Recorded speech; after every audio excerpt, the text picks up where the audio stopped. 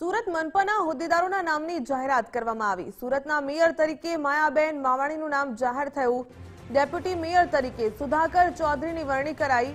રાજન Patel standing કમિટીના chairman તરીકે repeat થયા તો શાસક પક્ષના નેતા તરીકે અલ્પાબેન મહેતાની નિયુક્તિ થઈ।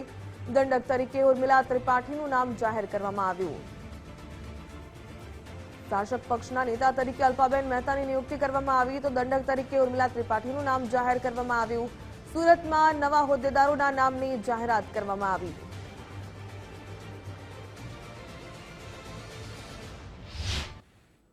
સુરતમાં આવ્યા બાદ ઇલેક્ટ્રિક વાયરિંગના વ્યવસાય સાથે સંકળાયેલા યુવક કે જે ભારતીય જનતા પાર્ટીમાં જોડાયા બાદ આજે ડેપ્યુટી મેયરના પદ ઉપર છે, ત્યારે સીધી વાત કરીશું સુધાકર ચૌધરી કે જ્યાં આજે તેઓની ડેપ્યુટી મેયર તરીકેની નિયુક્તિ કરવામાં આવી છે। સુધાકરભાઈ, શું કહેશો ડેપ્યુટી મેયર સુધીની યાત્રા? પહેલા તો આ સુરત શહેરની જનતાનો સેવા કરવાનો લાભ ભારતીય જનતા પાર્ટીના મોડી મંડળે મને આપ્યું, તેથી તેમનો આભાર વ્યક્ત કરું છું અને અભિનંદન આપું છું। સાથે સાથે પ્રદેશ અધ્યક્ષ, માજી પ્રદેશ અધ્યક્ષ CR પાટીલ સાહેબ, હાલના કેબિનેટ મિનિસ્ટર ધારાસભ્ય સંગીતાબેન પાટીલ, ધારાસભ્ય સંદીપભાઈ દેસાઈ, શહેર પ્રમુખ પરેશભાઈ પટેલ અને તમામ ભારતીય જનતા પાર્ટીનો અહીં આભાર વ્યક્ત કરું છું। જ્યારે મને આજે ડેપ્યુટી મેયરનું જે પદ મળ્યું છે, લોકોની સેવા માટે, લોકોના હિત માટે, વિકાસના કામો માટે મારા 100% પ્રયત્ન રહેશે। ગ્રાઉન્ડ ઝીરો પર કઈ રીતની કામ? પ્રાથમિક સુવિધાથી લઈને આરોગ્ય, ખેલકૂદ, ગાર્ડન, બધી જ વસ્તુમાં અમે અગ્રસર રહીશું। જે પણ વિસ્તારની સમસ્યા છે એ વિસ્તારની સમસ્યાનું નિરાકરણ કરવાનું કામ 100% અમારો રહેશે। ચોમાસાની ઋતુ નજીક છે, ખાસ કરીને પાણી ભરાવાની સમસ્યા ઠેર ઠેર ઉદ્ભવે છે, તો આ વખતે એક ડેપ્યુટી મેયર તરીકે કઈ રીતે ગ્રાઉન્ડ પર ઉતરશો? એના પહેલા જ તમામ ઝોનમાં ખાડી સફાઈની કામગીરી ચાલુ થઈ છે। ઘણી બધી ખાડીઓની સફાઈ થઈ પણ ચૂકી છે। જે બાકી છે એ તાત્કાલિક રાઉન્ડ લઈને, કમિશનરને ધ્યાનમાં આપીને રાઉન્ડ લઈને જે પણ વિસ્તારમાં વધારે પાણી ભરવાની સમસ્યા હશે ત્યાં વિઝિટ કરીને અમે એનું નિરાકરણ 100% કરીશું।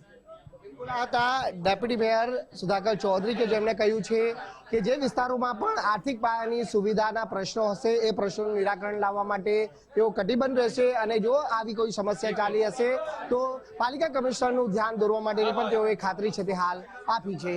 કેમેરામેન દેવંગરાણા સાથે રાકેશ બ્રહ્મભટ્ટ, ગુજરાત ફર્સ્ટ, સુરત। મારા આદરણીય શ્રી વડાપ્રધાન નરેન્દ્રભાઈ મોદી સાહેબનો હું ખૂબ ખૂબ આભાર માનીશ, તેમજ મારી સંગઠનની તમામ ટીમનો ખૂબ ખૂબ આભાર માનીશ।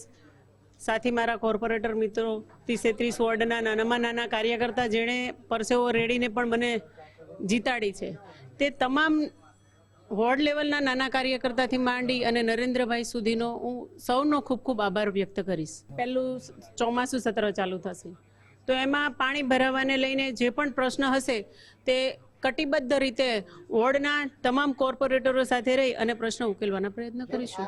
તમામ જે પ્રશ્નો છે, જે પણ સુવિધાઓ જે આપવાની છે તે પણ મારા સાથી કોર્પોરેટર મિત્રો તથા સંગઠનના તમામ અને તેમજ તમામ વોર્ડના અને ઝોનના અધિકારીઓ સાથે રહી અને જે પણ પ્રશ્ન હશે તે ઉકેલવાના પ્રયત્ન કરીશું।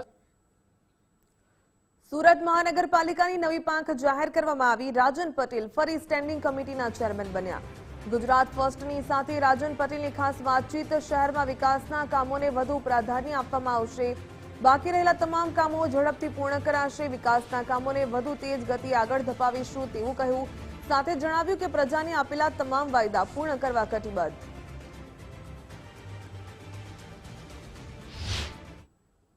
સ્ટેન્ડિંગ કમિટી ચેરમેન રાજન પટેલને ફરી રિપીટ કરવામાં આવ્યા છે, ત્યારે રાજન પટેલ જોડે ફરી એક વખત વાત કરવાનો પ્રયત્ન કરીશું। શું કહેશો, આ વખતે ફરી વખત પાર્ટીએ પસંદગી ઉતારી? ભારતીય જનતા પાર્ટીએ ફરી વખત મારા પર પસંદગી ઉતારી છે, તે બદલ હું અમારા શીર્ષ નેતૃત્વનો ખૂબ ખૂબ આભાર માનું છું કે પાર્ટીએ મને ફરી એક વખત સુરત શહેરની સેવા કરવાનો મોકો આપ્યો છે। હવે વિકાસના કામોને કઈ રીતના પ્રાધાન્ય આપવામાં આવશે? વિકાસ તો થઈ રહ્યો છે, પરંતુ તેની સાથે હવે કયા સુધાર લાવવાની જરૂર છે? છેલ્લા 30 વર્ષથી ભારતીય જનતા પાર્ટીનું શહેરમાં શાસન છે અને વિકાસની ગતિ અવિરત છે। તે ગતિને અમારે ખાલી ધમધમતી રાખવાની છે।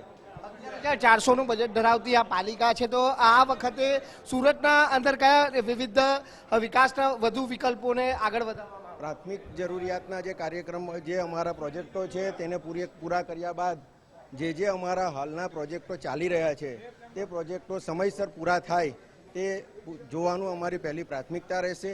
અને તે ઉપરાંત શહેરમાં બીજા કયા નવા પ્રોજેક્ટો અમે આપી શકીએ તેના માટે અમે જે સંકલ્પ પત્રમાં જાહેર કર્યું છે તે પૂરું કરવાની અમારી પ્રાથમિકતા રહેશે.